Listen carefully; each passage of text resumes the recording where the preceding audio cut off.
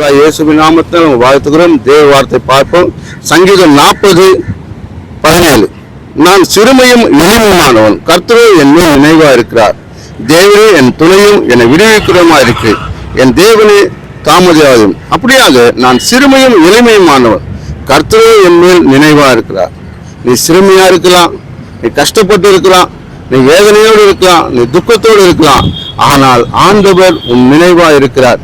ஏன் என்றால் யோசேப்பு பார்த்தீங்கன்னா சிறைச்சாலை இருக்கும்போது கர்த்தர் அவனோடு கூட இருந்தாருன்னு பாரு. சிறைச்சாலை இருந்து படிக்கும்போது பார்த்தீங்கன்னா யோசேப்பு சிறைச்சாலை இருந்தாருன்னு படிப்போம்.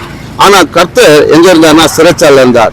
நீ கஷ்டப்படும் போது உன்னோடு கூட இருப்பார், நீ வேதனைப்படும் போது உன்னோடு இருப்பார், நீ துக்கப்படும் போது உன்னோடு இருப்பார், உன்னோடு கூட இருந்து அதுல இருந்து விடுதலை கொடுப்பார்.